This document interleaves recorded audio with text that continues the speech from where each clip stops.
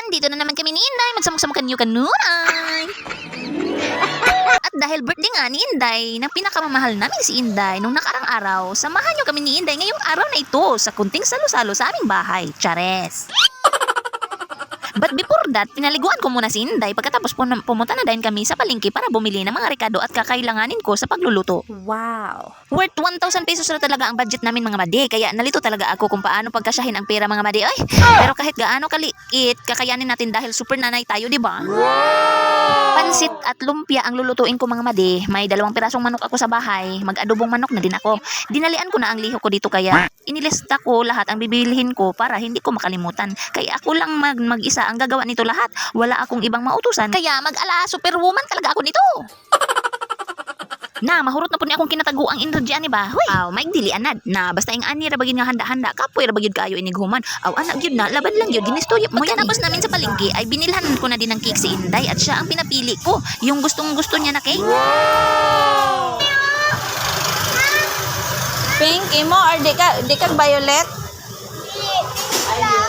Pink ra imo? Sabi ko sa kanya, yung isang malaki anak kay mas malaki, mas mahal man. Pero ayaw niya, yung pink na maliit lang ang pinili niya. Mabuti naman at makakatipid na din ako. Chares.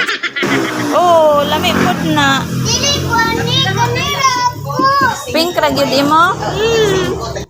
Uy, parang alam na alam talaga niya. Nakapus kami sa budget ngayon. Nagpakagod na din ako ng niyog kay magbiko din ako ng purple. Hoy, kayo nagbaan ng biko nga purple, oy. So, pag uli na mo ni Inday mga madi, nagkahirap-hirap ako sa kalisod kay madaming bit-bit, oy. Pero kahit gaynon, laban lang talaga inahan. Onya, hindi ba kayo nagtataka kung sino ang nag-video niyan? Eh, di syempre, iniwan ko sa daan ang kamera mga madi. Pero kinuha ko agad kay baka kunin ng iba ba.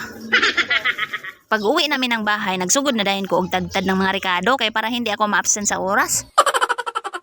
Kunti lang naman ang lulutuin ko, pero kahit kunti lang yan, ako lang naman mag-isa ang lahat ng gagawa niyan, kaya nakakapagod din yan. Oy, masakit din yan sa likod pagkatapos.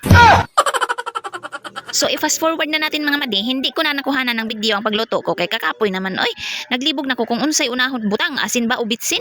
Wala na ko kasabot kung parat bato o tamis. Hagay.